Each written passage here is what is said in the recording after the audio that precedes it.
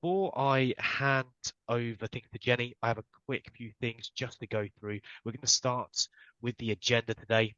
So we've just done the introduction, so that's a good start. We're already ahead of the game. Jenny will then deliver her presentation.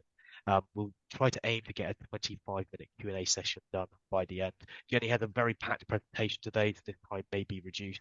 She has a lot of great information to share, so we're going to let her jump straight into it. And at the end, we'll also talk about our upcoming events that we have. Just as a bit of extra information, please feel free to ask any questions at any time. We're going to answer all of the questions at the end. We're just going to let Jenny take it away and really give us a whole wealth of knowledge. Um, and please feel free to use the Q&A tools. Please chat and share your ideas. We'll also be sharing this recording with you after the webinar, and we'll also include the deck that Jenny will be presenting. One of the key focuses for us at Better Mode is to try and help you make better relationships with your customers, which is the big part of today's presentation. As we're crafting experiences for our customers, we're trying to make our relationship better with them. So I'm, for one, I'm very excited to hear what Jenny has to say that can help us achieve this mission. Also, make sure you go to our Better Mode community, go to the events section. We have all of our past webinar recordings there and our upcoming webinars. So after this webinar today, within the next day, we will also upload this webinar to our past events where you'll see Jenny's lovely face and you can rewatch this at any time. And I guess we'll put this over to you now, Jenny. Take it away. I'm going to stop sharing my screen and I'm also going to turn off my camera and please. Thanks. All right, I'll pull up the Go presentation in ahead. just a second here, but I want to say hello to everyone. Thank you for choosing to spend your time with Jacob and I this morning. And shout out to the Colorado contingent. Hello. Did you guys organize this? Like, a little virtual meetup for everyone from Colorado here. But no, shout out to everyone joining. If you are using the chat, able to use the chat right now, I have a question I want to ask you to kick things off. What is one thing, in your opinion, that contributes to an exceptional community experience? And while we are going to give some time for that to fill the chat, I'll go ahead and pull up the presentation. The question is again, what is one thing in your opinion that contributes to an exceptional community experience? And as I'm doing that, I'm going to go ahead and pull up the presentation here. Let me go into present mode. All right. And I'm curious to see what people are saying. Trust, yes. Yes, Damon. Peer-to-peer conversations, gifts. Oh, Penny, yeah, we need a little enlightenment, right? Like we need the funny things like gifts or GIFs. I go back and forth. I don't know which one I'm deciding on calling it. Engagement, collaboration, support, value, clarity. Oh, these are so important. They absolutely do contribute. And there's no one right answer to this question. All of you are correct. All of these are very key to an exceptional community experience. I wish we had time to go deeper on everything you mentioned here in the chat.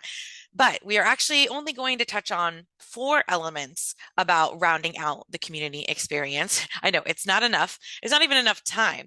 But the 4th areas we are going to be talking about today are how you're structuring your community, branding it, some key tips on launching, and then onboarding. And you can probably tell because of the time we have today, we are going to be touching things at a high level, but I think you're going to find some gems in what we have to discuss. And even though Halloween is over, Better Mode still has some treats they're going to be delivering you at the end. Ooh, like what I did there? Okay, let's dive in. And all right, like I said, these are the 4 areas we are chatting about today. First one, structure or structuring your community. People also will refer to this as navigation, wayfinding, the information architecture piece of it. So those are some other terms, but we're all talking about the same thing here when we're talking about this element of an exceptional experience. And it's essentially how you organize and present information and destinations in the community.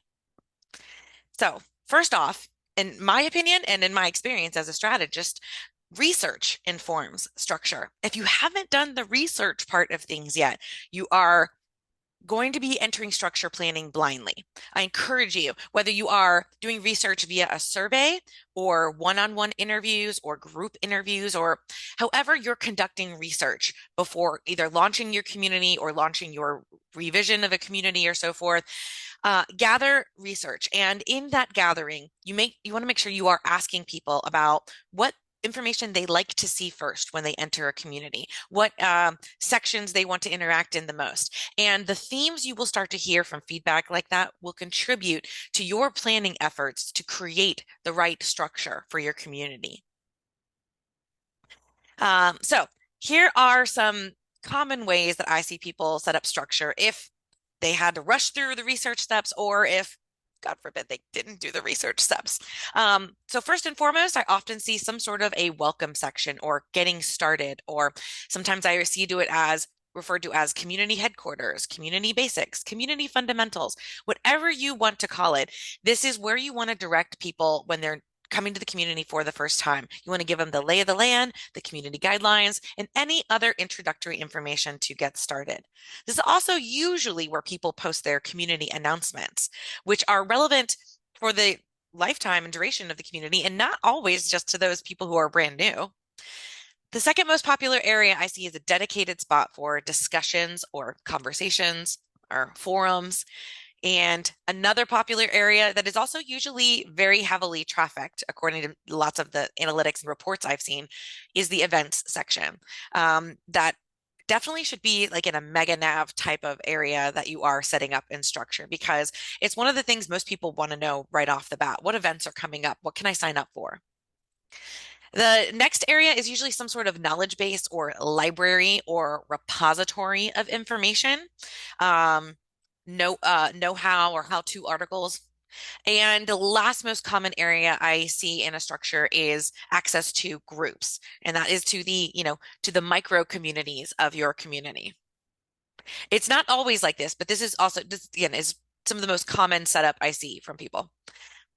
Um, so if you are also looking to adopt that previous structure you saw, then you'll want to also think a level deeper, like the discussions area. That can be huge, right? You need a structure for that structure. And so this is how I see people usually structure that section, whether you're calling it discussions, conversations, forums. You can do it by product. You can list each of the forums or sections within there by the product name. And that way people know exactly where to go to talk about that product. I know the Fitbit community does it like this. But if product is not your thing, you can do it by topic, topics that might be important to your community members. And so I see a lot of B2B communities also prefer this method of structuring their discussion section with like a best practices forum area, tips and tricks, more of an education area. And that's usually where people can come and talk about things as they're learning and going through some sort of on-demand training. They can come to like the education forum. But if product and topic are neither of these are how you want to set up your structure, you're not feeling it, you could always organize that section by task. And again, I see a lot of B2B communities doing this as well. So if you have a B2B tech community, one of your discussion areas could be around, onboarding new members, getting them set up, getting a profile. What are the first steps they need to take in your system, kind of thing. A reporting area, people always have questions on pulling the right reports and measurements and analytics to get the information they need. And then a general troubleshooting section. So some final tips I can recommend to you on structure are start with a minimum number of destinations. And when I say destinations, I mean like all of these different things we were talking about. Events page is a destination, a knowledge base is a destination, a forum is a destination. But particularly in the discussions area, I would start with a minimum number of destinations and let it grow as time goes on. Because that's actually a good signal to your community. When you start with maybe 3 or 4 forums and it grows from there, I mean, it's sending a signal to your community that things are thriving. So much is happening that you have to add forums from there. It does not send a good signal if you start with like 15 or 20 forums and half of them are dead zones, and you have to send a message to the community that you are merging sections. That tells them, oh, people must not be really utilizing this place. So start minimum. And also keep in mind the areas your members want to see first and most often. And again, usually you'll be able to deduce that information from your survey results or interview feedback in the research phase. All right, my last tip on structure is that you want clear and concise naming. You don't want these sections to have super long names because that's actual text real estate that is going to take up room visually on the community, right? Try to get the naming as clear and concise as possible. All right, so let me go into an example now. We're going to talk about real quick the Q golf community. All right. So the Q Golf community here, I'm looking at their structure, and on the left-hand side, I see the typical, things like member or homes at home area, a members page. I see getting started, love that, and I see how they have kind of parsed out their discussion area, general discussion, tips and tricks, and me and Q here. If I was just looking at me and Q, it might make me think, what is going on there? Is that necessarily clear and concise naming?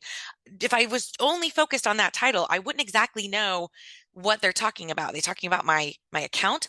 So when I clicked into it, I see a descriptor at the top that says a place for you to say hi and share a photo of where you're playing with a cue. And by the way, the cue is a particular kind of golf club. And this is where the descriptor is so critical and so key. So just by looking at the title alone, I didn't get the full sense of what this area was about, but the descriptor clarified that for me. This is kind of a place for members to show off what they're doing with their queue, maybe boast about it, share pictures. This doesn't have to do with your account. This is more fun than that. So that descriptor that is at the top of different sections of your community is so important. You want to be clear and concise with your naming like they have done here, but you want to use the descriptor to give more information about what people can expect to talk about or hear about or read about in this particular area. So I'm a big fan of how they structured this. They also have 5 discussion areas. That's not too much. It's also not too few. I like how they've parsed it out. They've got their resources section, get involved. It's all pretty clear to me in their structure where I need to go for what I want to do. So now I have a question to pose to all of you. All right.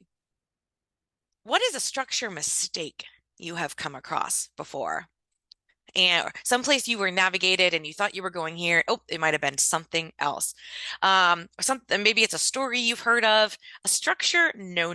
Here I've been telling you all about the great things to do with structure, but if you've got any things you shouldn't be doing, please let me know. All right, let me check and see. Nothing yet. All right, while people are thinking about that, I'll share with you one thing on Q's structure that I would probably question or pause, but then again, it might be working for them. And that is this area called general discussion.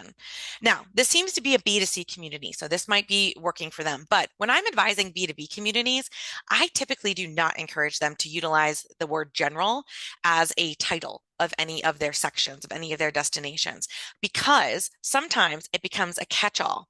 Members come into the community, they don't take the time to look through the structure on where they're supposed to post something. They see the word general, boom, I'm just going to post it right there. And then the general section just becomes a mishmash of all these different types of posts that really belong in other areas of the community, but somebody just decided to put them in general because it said general. So there are exceptions for this, of course. And like I said, this might be working for Q, but I have seen it be problematic when it comes to B2B communities. All right, let's see here what a couple of people said. All right, Penny says, destinations where the last comment or update was over a year ago. Penny, you're so right. We would call that a dead zone when the last bit of activity in there was actually I clarify it as over 3 months ago. But yeah, that's not a good look. People don't want to engage with areas like that. They just assume no one's paying attention because they see that nothing has happened in a long time. And Laurie says the naming of destinations that are too close to each other so people don't know where to post. Exactly, Laurie, that's why we have to have that clear and concise naming. They still have to be distinguishable and understandable, preferably via the title. But if you have to make those distinctions via the descriptor area, do that. And Sarah says destinations that are inconsistent, unpredictable, absolutely. Posting in the wrong discussion board, yes, Jessica. And then our moderators have to do work, right? So all examples why a good structure is so important to let people know where they're going, to minimize the work that moderators have to do to get the posts in the right area. Um, and so, Jacob, anything else you want to comment on here about the Q community? Because you know more about them than I do. Yeah, actually, I completely agree with you about general discussions. We're actually going to change the name of this. Oh, you see, So look we're at you. still You're in already debates ahead about the of it. name. So Bravo. Bravo. yeah, I completely agree with you because it's really hard to distinguish what general discussions really mean. I think in terms of one of the biggest mistakes that I've seen across communities, which this community doesn't fall into the category of, is the way that they present different spaces. You can see that each section of this community has different color coordinations based on the collection it's Yes. under. And this is super, super important to make it really clear to members where they should go for different activities. Like the green is for resources, the purple is to actually engage and build that community ethos. And then for the external links, they've got the kind of get involved, or they can sign up for webinars, add to the wish list, see customer reviews. It's very, very clearly color coded. And I think for me, that's one of the things I see in many, many communities is there's no color coordination based on section. And it's super, super important for the community structure. It is. And that's a perfect segue into our next section. Thanks, Jacob. I also really like their choice of iconography here. They didn't just Yeah. pick very general icons like stock icons. They picked ones that are particular to the titles of these areas. So that you're right, they used color, they were specific in their iconography. And awesome. That is going to take us into the next section, which is all about branding. Um, And essentially, the branding experience, you would hopefully want it to be a very similar experience to what people are going through on your other web properties. So, keeping that in mind, you typically want to make sure that your community is applying your brand's colors, fonts, imagery, styling. It's interesting how font is sometimes, if someone's using a specific font and it's not a widely available font, sometimes they just think, oh, I'll just skip using the font on this side. I encourage you to take the time if you can to customize, download the font into the community platform because it, again, rounds out the experience. And many brands have some sort of styling or branding guidelines. So please be sure that you have those, that you have access to those, whether they are written or whether it's just in one person's head. Make sure you have access to that person so you can make sure that you are following your brand's guidelines. Again, something else to consider, much like the Q community did, will you need special icons? And not just necessarily icons in the way that we saw them on that structure. Do you need icons for other things? Do you need them for like header images or banner images? And do you need special assets? Is really actually what this should say, special imagery assets for the community. And if so, be sure to work with a designer or your design team to plan ahead for those. And in doing so, it'll be helpful if you already had an idea of everything you are looking for, everything ranging from icons to banner images to images that will, will go within posts, to perhaps some sort of a rank icon of some sort, badges. Start a list of all the requested assets, the specs, like the preferred image size of all of these, and send that list off to your design contact or the design team in their efforts to help you. So let's talk about a great example of branding. And we're going to go into first the Yoto website. I'm not taking you into to the community, which they call the Yoto space, just yet, because I want you to get a feel for their website. Jacob, real quick, can you tell us a little bit about just what Yoto is in general? I mean, I can kind of get a sense right here, but what else can you tell us about Yoto as a company? Yeah, Yoto are really interesting as a company. Basically, they have these cards that go inside this machine that give you kind of interactive activities for children, and they're screen free completely, which makes it really interesting. Um, if you look around their website and in their community, they've got some amazing stories as well that you can see from their different customers. Some of them are quite heartbreaking as well.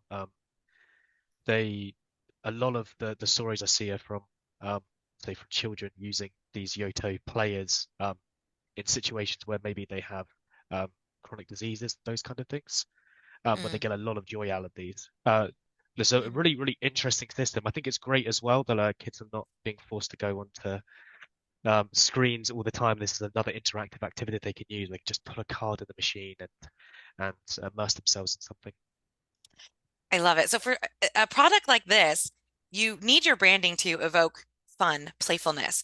I am getting a sense of that from just looking at their website here, from the Yeah. color that they have chosen, or little dabs of colors, to the images that they have added. So does that carry over into the Yoto space? Let's check it out. This is what they call their community, the Yoto space. And yes, once again, I am getting that sense of fun and playfulness. I am seeing that pop of orange that looks to be their primary color. They've chosen some very fun icons to indicate their structure section. And even their choice of images for indicating each of these sections are also fun and completely on brand. So I'm enjoying looking at this. It definitely falls within the experience, from what I can tell, of being and navigating on their website. They carried it over into their community space. I think they've done a really nice job. Um, Jacob, anything else you want to tell us or add about the branding of this community here? I just absolutely love the branding in this community. One of the most important things that I've noticed that has just increased participation in communities in general this year is just any kind of media, whether that's image or a video, just to draw people's attention to it. I think even in the last couple of years, there's a lot of communities that are just purely text-based still. And just having these images, bring them alive inside of a community, or even videos as well, just makes such a big difference. But this is the kind of expectation because of social media now is to have images and videos Yes. everywhere. So any chance you can get to minimize text, bring those assets into a community, is going to be really beneficial. Agreed. Agreed. How fun must it have been to work on a community like this too, right? Um, I know sometimes it's not so obvious in when you're working with B2B communities what you can do for branding, for imagery and icons to make that fun. But so I'm glad Yoto got to, make a fun space like this and that they made it so aligned with their website presence. So my question for the audience here is, name a community you have come across, or maybe that you run, that you think has outstanding branding. The question again, name a community you have come across or that you run that has outstanding branding. I wonder what people are going to say. Hmm. All right, we've got one. Josie says Headspace. I've not visited them, but their app is outstanding branding. So if they have carried over that same branding, then I have to agree with you, Josie. Personally, I think HubSpot has done an amazing job for being a B2B company. I think their branding is just spot on. Noelle says Sephora. I agree with you there. Thank you, Lori. Another shout out for HubSpot. Nice. If anyone's got any other ones to submit, please do. And yeah, so that's just a couple primers, a couple tips on branding. That's the second element that we believe you need to focus on to create an exceptional experience. And now we're going to move on to our third element, launching. All right, this could be a webinar in itself. This could be a course in itself. So the best we can do is just try to break this down into how uh, myself and the BetterMo team, we see the launch phase and how it plays out. And we really see that broken up into three parts. Those three parts being what most people call a soft launch, but can also be called beta, early access. It's that preview period, official launch and post launch. Okay, I'm actually going to go into each of these a little bit deeper. Okay, so soft launch, yes, you are already configured, mostly set up, but now you are inviting people to come in and take their first look at the community. So this is a time when you are inviting people to test out the community features and the integrations. You are ready to seed some content so that when you invite your first round of people into the community, or when you make it live, there are things there for people to read and interact with and experience. That's why seeding content is so important. But also with this group of soft launch members, you want to start instilling behaviors in them that hopefully they will do and continue doing even when you go live, so that they can serve almost as like the examples, or ambassadors in some ways of the kind of behavior that you're hoping to see other people do on the community. And while soft launch is a great time to gather feedback on how things look initially and so forth, you're usually by this point at a time crunch. You might not have a lot of time to implement all of the feedback in time for your go live, your official launch date. So what I recommend then is to take that feedback, implement what you can, and go ahead and put the rest of it, if it's valid and you want to utilize it, into your roadmap. But just know it's likely you won't be able to implement everything by launch. I once knew of a community that got some feedback that the design was not great, and they basically people were asking for a whole new design, and the community launched like it was supposed set to launch a week later. So yeah, didn't have time for a new design. But that's why also in the whole process leading up to soft launch, it's important to involve key stakeholders so that you don't get that extreme of feedback when you're at this phase. The next phase of launching is what we're deeming as the official launch. Some people call it go live date. At this point, you want to make the big announcements, and I think it really helps to send personalized welcome emails, both to as an inviting mechanism, but also to the people who are signing up on the day right away. Welcome them, thank them. I mean, they've got to be some of the first people, right? So yeah, so properly welcome them in, just as if we were all in person and they were coming through the doors and you were welcoming them for being some of the first people through the doors. Sometimes it helps to host a community kickoff at this time to have like that big party. Maybe give some people some idea of some ways to navigate the community or look around, almost as if, again, if we were in person, you maybe were giving a tour of the space that you have built out. This is also when you want your rituals to begin. This could be content rituals. This could be other kinds. Mostly, I see content rituals kicking off at this time. Things like maybe you have a weekly question of the week. Maybe you have a weekly wins post where you're inviting people to talk about their wins. Maybe on a bi-weekly basis, you're inviting people to promote do some self-promotion, because if you normally don't allow self-promotion, it's a good time to always dedicate one particular post, to allowing people to share that podcast that they were in or some piece of thought leadership they might have created. This is also where your moderation processes begin. You should have everything documented. Your moderator should be trained up. Everyone should be ready to go by this point. But also make a big enough deal about your go live date that it's a memorable moment for everyone involved, for your company, for your community members. And it doesn't have to be one day. You could be celebrating for a week or two. All right. Now, the post-launch period is typically what I refer to as the 3 months after go live. And there's a lot happening in that 3 months. As we just stated, everything is getting going, right? And it's a time of learning, both for your members about what the platform is like for them, what they can do on it, what they can't do, and for the community team to be getting used to the front end and the back end of the platform. It is also a time to refine your processes. So perhaps your moderation processes aren't going as smoothly as you thought. This is a learning period. This is, the first 3 months post-launch. It's totally fine to go ahead and revamp those. Maybe the way you're collecting ideas through an idea exchange, again, not going as smoothly as you had hoped. So go ahead and take this time to refine those processes and learn. It's important to start tracking your monthly metrics, although this being the beginning of the life of the community, usually, this is something where you might not come back and baseline these metrics, but it's still good to start tracking them. They will still be part of your first year metrics. And finally, follow your strategic roadmap. Hopefully, you've already outlined some things you want to be hitting at the 3 month mark, the 6 month mark, the 9 month mark, and start planning for those. All right. Well, I wish I could show you an example of a great launched community, but actually there's too many because all the communities we know of that are live are launched. This is more of a process, this element, so it's hard to show an example.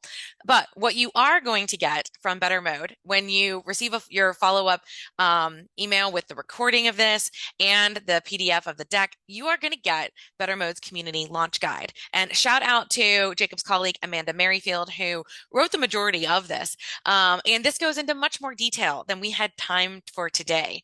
So felt bad not really having a great launch example because yeah, how do you show an example of launch? So instead, I'm going to be giving you a guide. So this is one of the treats I was talking about. I hope that suffices in place of a good example. And let me see if there were any questions about um, this particular section. Oh, good. I'm glad the guide is going over well in lieu of an example. All right, we're going to move on now to our final section, and that is talking about onboarding. When I say onboarding, I mean the process of welcoming new members, getting people acquainted and comfortable with your community, and making it easy for people to begin participating. So, one of the very first tips I have on this is that you've got to have clear communications. Um, Actually, clear and concise, much like our tip for the structure applies here because you might have an urge to put everything into one big introductory email, and then that email is going to be super, super long. The chances of someone reading that, not so great, no matter how clear you might be in the email.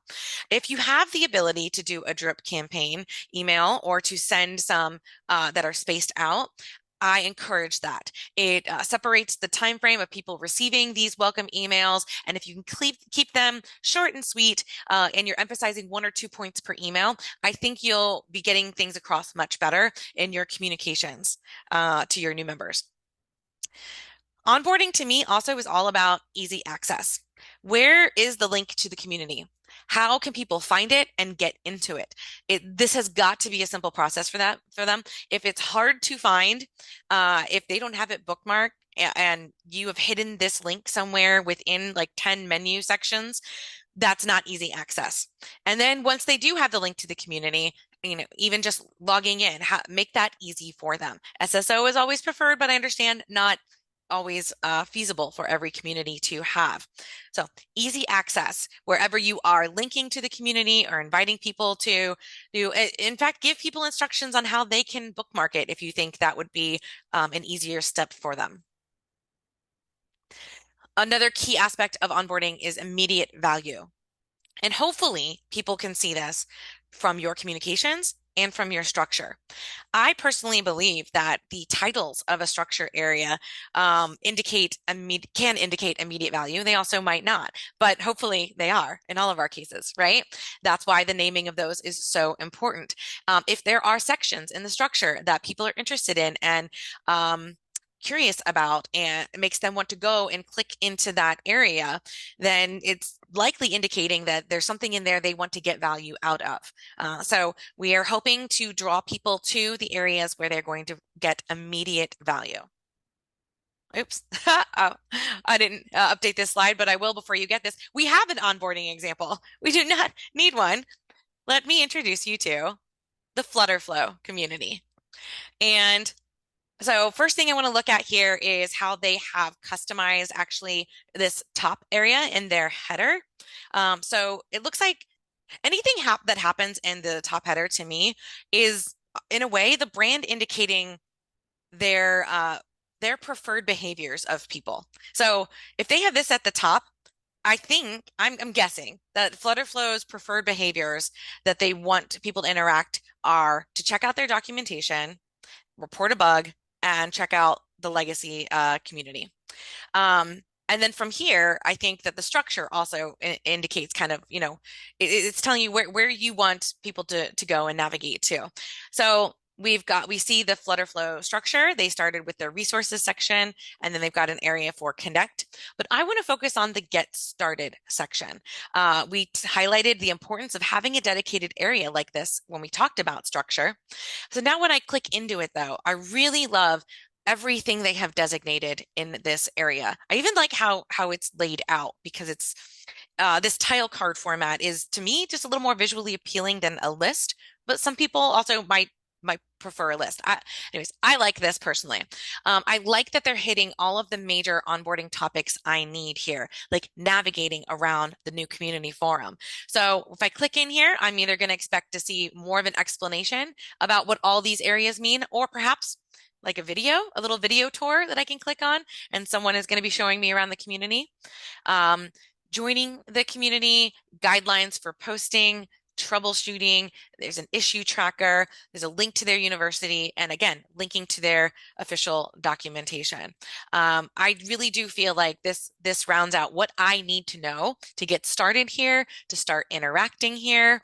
Another thing you might see in a section sometimes like this is an introduce yourself area, and some I feel really split on introduce yourself areas, you guys, because sometimes I see they work really well and other times I see them as dead zones. So I don't have any data to present to you all on introduce yourself sections to know if they work or not. But yeah, it's just one of those things where you could always try adding that as a section. And if people aren't utilizing it, you could go ahead and take it down at some point or remove it.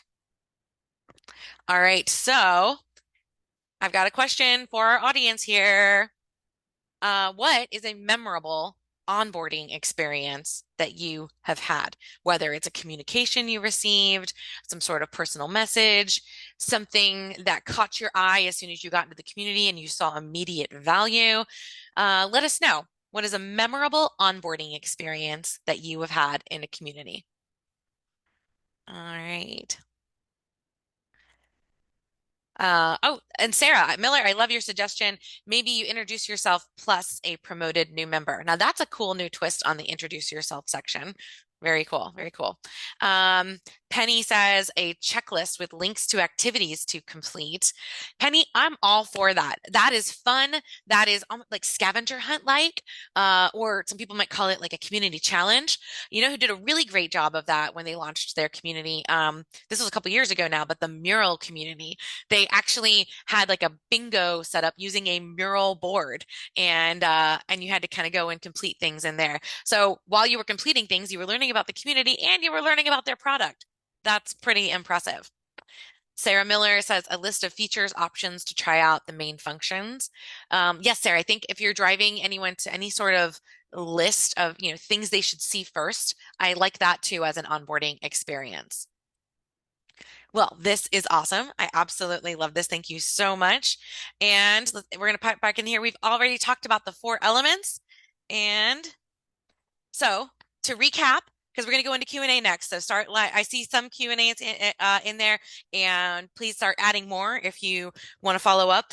But as a reminder, when you receive an email after this, it will have a link to the recording.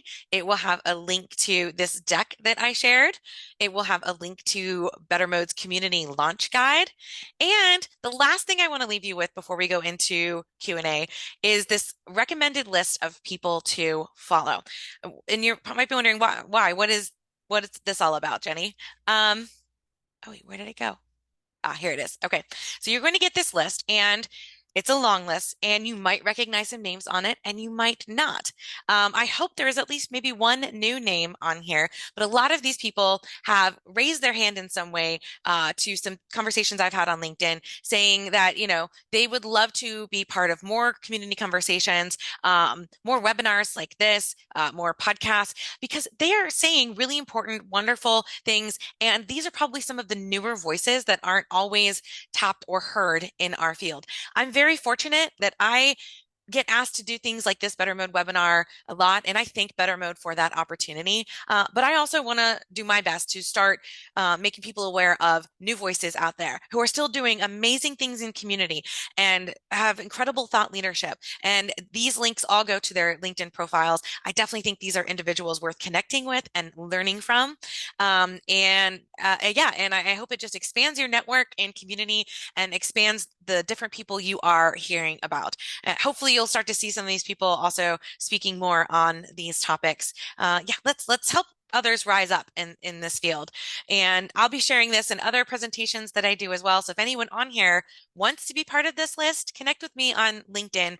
I'll make sure that you are added. And yeah, that's really it for me. So you'll be getting that also as a treat. Happy post Halloween. Whew, I'm done, Jacob. Thank you all for Thank listening. you, Jenny. That was amazing. And as always, I'm so thrilled by your enthusiasm. You just revitalize my energy every time that I meet you. So Thank you, thanks a Jacob. lot. Thank you. So We have such an active group in the chat. I'm loving this. Thank you we all. do. Thank you all. We have a couple of questions as well, Jenny. And it looks like they're spread out between the chat and the Q&A. So I'm going to do my best to get to all of them. Okay. Um, the first one is from Martin, which is what is the difference when you have a large community? I'm guessing contra here you mean like Spanish against the small community. So what is the difference between like a large community and a small community? What is the difference between a large community and a small community? Yeah. I guess, different brands might have different definitions. I'm personally just something that comes to mind. I define a large community as anything over 50 people. That's a hefty group of people that you are dealing with. And even if you've only got 49, that's not exactly small, in my opinion. Um, I mean, if you had a community of 10 people and all 10 were talking to each other, that could still be a super active community that you've got to manage in some way, right? I think it comes down to what the brand might define, because whether you're talking about a brand that is enterprise level or mid-market or maybe startup, they might have different definitions about audience size and therefore, how they would deem a large community or small community. So that could vary. But yeah, just off the top of my head, I don't know, 50 is kind of a decent number. But if other people have other opinions on that, I'm totally open to them because that's not anything set in stone. The other way that we can interpret that question as well, just based on the context and the time, could be maybe, I think at the time you were talking about the structure of the community. So how about the difference between having, say, a large structure and a smaller structure of the community? Oh, thanks. That's Okay, probably that's what it's, bring. yeah. Sorry. Yeah, I'm guessing thanks. that's the context. Yeah, and I'm sorry. I was trying to find the chat too, but I'm a little all over the place.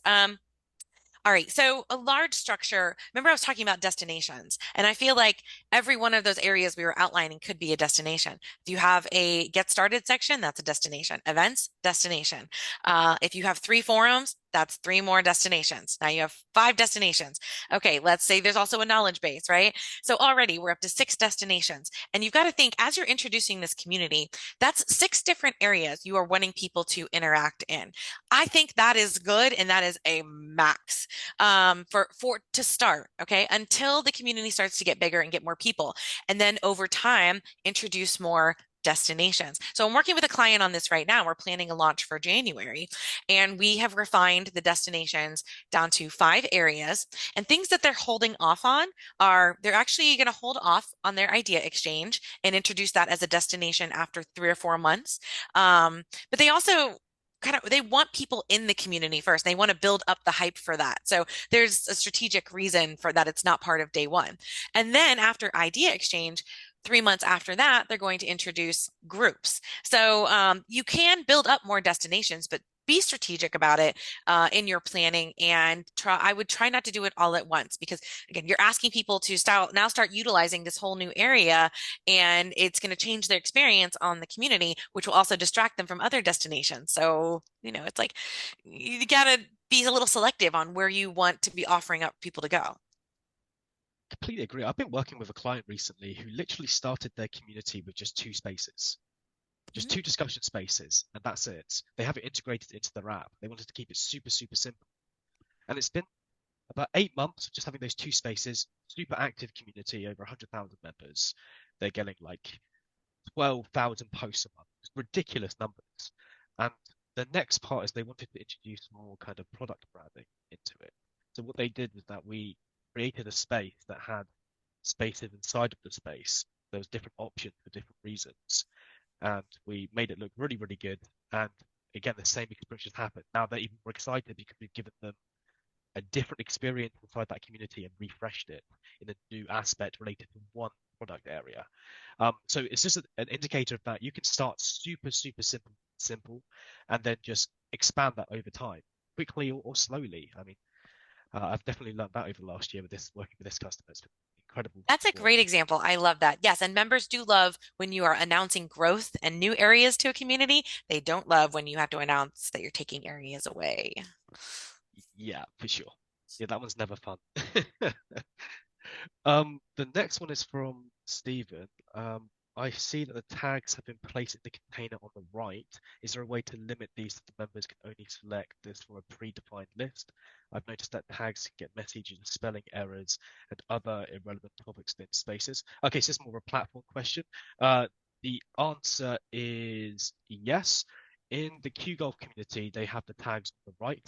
The better option in better mode though is to actually use inline filtering. Um, so Yeah, this inside, is what he's talking about, right? yeah, this part right here. Let me just take over the screen and I'll show you Okay. an alternative way. Um, so for example, if we look in our better mode community, I'll just use the support space as an example. Inside the post block, when you go into a view, you have the inline filtering options. So if you enable the inline filtering, you have the tags field, and you can see when this is enabled, all of the tags in the community are doing an inline function. You'll be able to click between them. Now, you're talking about limited tags, so we can just go inside of the tags itself, handpick the filter, and then just select the tag that we want, and they'll just appear right here. And then we can just save this experience, and then you can limit the amount of tags that are being used in that way. Of course, anything that doesn't match that tag specifically won't show up in that filter, but that's more about the education for adding um, tag to posts. But that's easily accomplishable in better mode. And for anyone who's not a Better Mode customer, you just got a little sneak peek at the back of Better Mode there. So Oh yeah, that's one of our tips and tricks. But yeah, it's a good one. Um, Sarah is next, and she's asking, I'm changing platforms and revitalizing a dead, neglected community. Any tips Mm. specifically for that? Hard question. Yeah, and that was from Sarah. Yeah, from Sarah. Thank you, Sarah. That's a great question. I actually recommend that in a situation like this, you start over much like it was going to be a brand new community again. So much like I treat any clients coming to me looking to start their community for the very first time, I start with a research phase. You heard me mentioning that, right? The research phase where you are doing interviews with community members, sending out surveys. Even in the research phase, I like to go and kind of look at competitor communities and see what they offer that and that way you can figure out how to differentiate your community.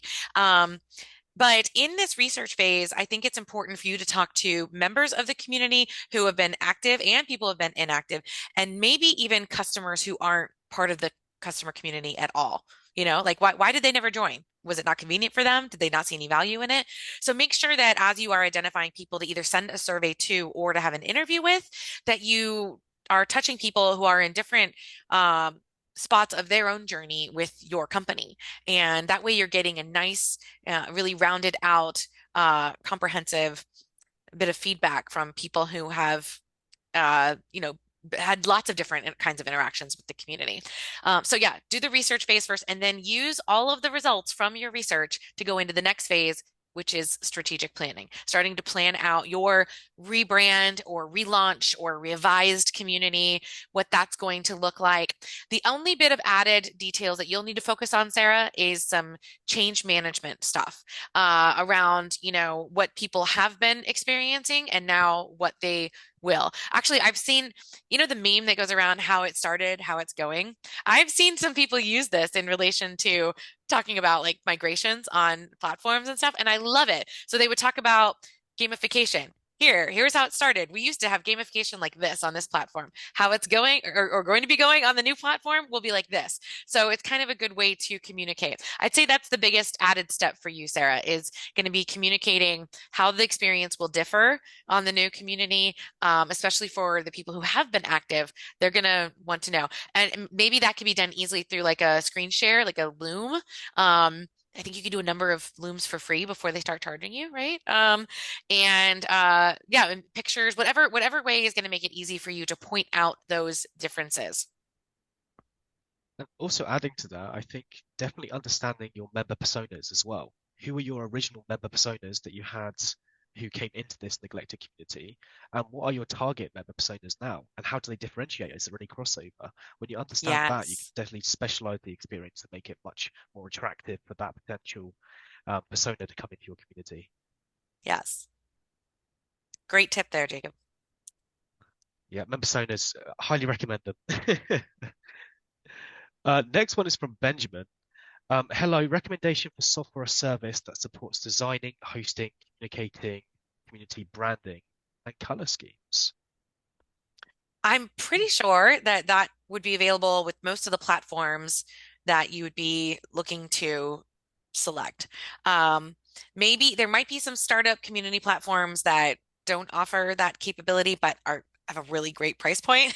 Um, I guess it all depends on your budget. I would encourage you to seek out a platform that does allow you to do the kind of branding that would mirror your other web properties. But to my knowledge, at least for all of the enterprise platforms out there, that is a capability that they all offer. And as we can see from the examples that I was showing you that are on the Better Mode platform today, Better Mode has that capability. Yeah, I'm going to just delve in a little bit deeper there. So we've actually got a whole appearance section on Better Mode. So once you go into the theme section, you can set your primary color, and then we generate color palettes based on this. And you can show like different variations based on the color palette. And if you really want to get peculiar with the design, you can even change the color of every single aspect of the community. So we have these capabilities built into our platform. We try to make it as simple as possible for you and also allow you to overcomplicate it at the same time. So um, that's definitely something that we offer. And yeah, And I'm please feel sure free some to people utilize do, that. probably, huh? Oh, some people take it to extremes, that's for sure. Yeah. Yes. Um, looks like we have one more. Am I reading that correctly? Yeah, that's right. From Sarah, what about bringing over any content discussions, ideas, etc.? I guess this is relation to the new community. Yes, Sarah's the one moving over, kind of a older or dead community. Yes, Sarah, I would look at your analytics and see what are the most viewed pages on the community. And if you are able to look at that in kind of like a top 50 aspect, like top 50 most pages, um, I don't know if you can do that through most community platforms. Usually, if you have like a Google Analytics integration, though, you can see that in kind of like a top 50 most viewed pages type of way, right? And some of those are going to be the destination pages. Some of those are probably going to be specific pieces of content. So looking at it like in that number, like the top 50 most trafficked pages, will help you narrow down which probably pages should be destinations that are also mirrored on the new community, and also which pieces of content should come over. Depending on what kind of migration plan you have set up with the new platform, they might be helping you migrate things over. If not, it might be a case of where you need to manually do that. In that case, I would actually look for the top 20 pieces of content that you will literally probably need to copy and paste into new posts, and then make sure those posts are in there during your soft launch period.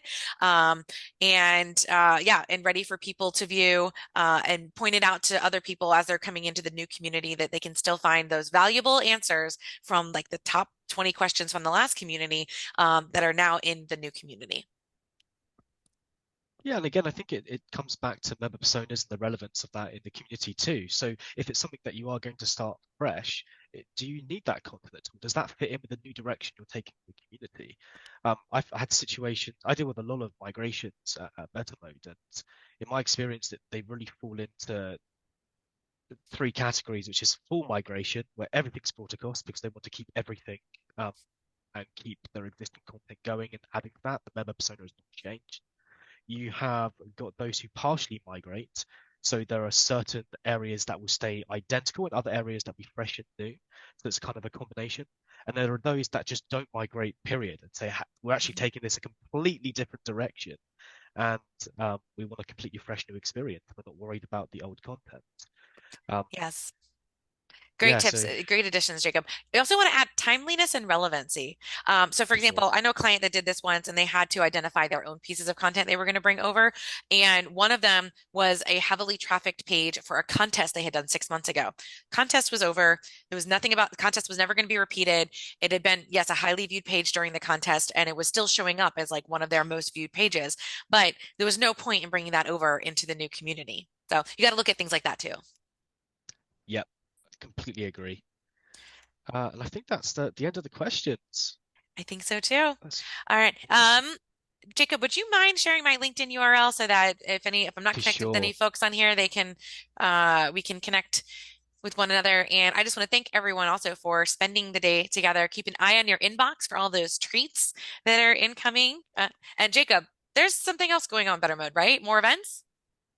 Yes, we will have some more events. First and foremost, Jenny, thank you so much for doing this. It's been very, very insightful, and I think our audience have learned a lot today. Jenny's always so much fun to work with as well. So Thank you. please do message her if you have any questions on LinkedIn. It's a pleasure to speak to and work with. Thank you. In terms of our next webinar event, it's actually pretty soon. It's in the next 2 weeks. So next will be Mastering Operational Excellence for your community, which will be on November the 16th at 1 p.m. Eastern Time with Tiffany Oder, who's the COO and Head of Community at Talkbase. So this is another exciting webinar that we have going on. So please do come along and join us for this webinar as well. We'd love to have you here. Awesome. Thanks, everyone. Happy holiday season.